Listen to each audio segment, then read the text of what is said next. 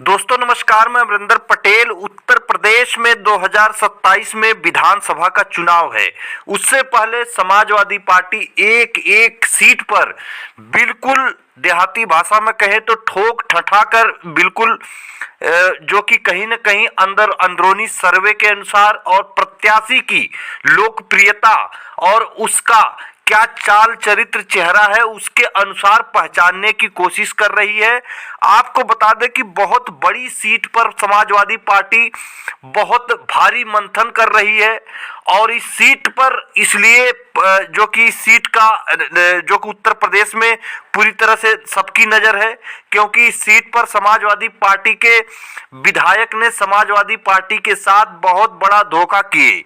आपको बता दें कि गौरीगंज विधानसभा सीट पर बहुत भारी मंथन चल रहा है समाजवादी पार्टी की तरफ से। कहीं न कहीं राज्यसभा चुनाव में जिस तरह से राकेश प्रताप सिंह समाजवादी पार्टी से लगातार जीतते रहे, लेकिन जब राज्यसभा का चुनाव हुआ तो समाजवादी पार्टी के कैंडिडेट को वोट देने के बजाय भारतीय जनता पार्टी के कैंडिडेट को राज्यसभा चुनाव में वोट दे देते हैं राकेश प्रताप सिंह। ऐसे तमाम जो है विधायक, कम से कम 5-7-8 विधायक ने धोखा दिया। लेकिन गौरीगंज विधानसभा सीट को लेकर अखिलेश यादव के पास बहुत बड़ी जो कि बहुत बड़ा चेहरा जो कि आया है। 2027 में यहां पर समाजवादी पार्टी किसको टिकट दे सकती है आपको बताएंगे। लेकिन इससे पहले आपको बता दें कि एकदम कंफर्म हो गया गौरीगंज विधानसभा सीट को लेकर बहुत सारे भारतीय जनता पार्टी में गुत्थम गुत्था चल रही है। एक तरफ राकेश प्रताप सिंह खुद यहां से टिकट लेने की कोशिश कर रहे हैं, दूसरी तरफ खब्बू तिवारी भी अपना जोर आजमाइश कर रहे हैं कि किसी तरह से भारतीय जनता पार्टी से टिकट मिल जाए। कई दावेदार हैं आपस में और कहीं न कहीं अंतर कलह भी हो सकती है आने वाले समय में। लेकिन समाजवादी पार्टी ने स्पष्ट कर दिया कि गौरीगंज विधानसभा सीट से राकेश प्रताप सिंह को टिकट नहीं देगी समाजवादी पार्टी, क्योंकि राज्यसभा चुनाव में राकेश प्रताप सिंह ने क्रॉस वोटिंग की है। तो अब सवाल उठता है कि समाजवादी पार्टी लगातार इस पर जीतती रही, इस पर बहुत सारे चेहरे जीते, बहुत उतार चढ़ाव आए। भारतीय जनता पार्टी ने बहुत कोशिश की, 2017 में भी कोशिश की, लेकिन नहीं हो पाया।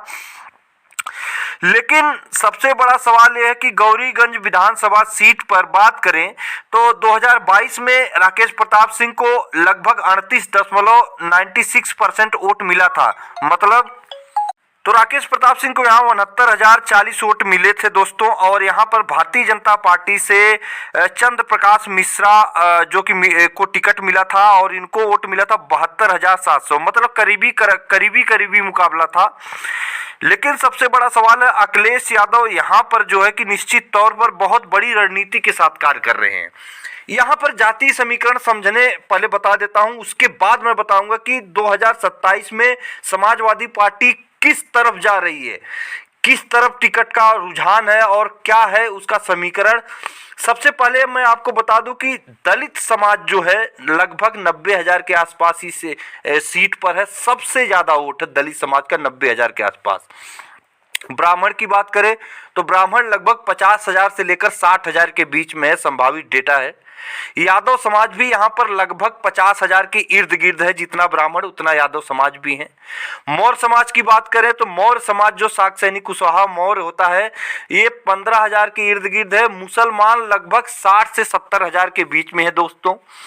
नाई समाज की बात करें तो लगभग 5,000 और कुर्मी यहाँ पर लगभग 20 से 25,000 है। वैश्य 23,000 है। कायस्थ जो है कि 12,000 के आसपास है। पाल समाज भी 9,000 के इर्द गिर्द है।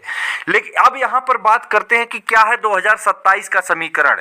2027 में अखिलेश यादव निश्चित तौर पर राकेश प्रताप सिंह बहुत कोशिश किए, क्रॉस वोटिंग करने के बाद शिवपाल सिंह यादव के थ्रू बहुत बार वह माफी मांगने की कोशिश की। मैं अंदर का आपको पूरी स्पष्ट जानकारी दे दूं, वह उन्हें पछतावा भी हुआ है और बहुत कोशिश की है कि समाजवादी पार्टी में फिर किसी भी तरह से मान मनौवल करके फिर से टिकट लिया जाए और लड़ा जाए। लेकिन अखिलेश यादव पूरी तरह से स्पष्ट कर दिए और मना कर दिए। उन्होंने कहा कि चाहे रिजल्ट कुछ भी हो लेकिन हम टिकट नहीं देंगे ऐसे लोगों को।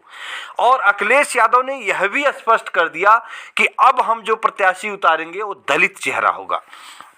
दोस्तों बहुत सारे प्रयास चल रहे हैं दलित नेता को स्थापित किया जाएगा, कोई मजबूत दलित नेता को स्थापित किया जाएगा यहाँ पर।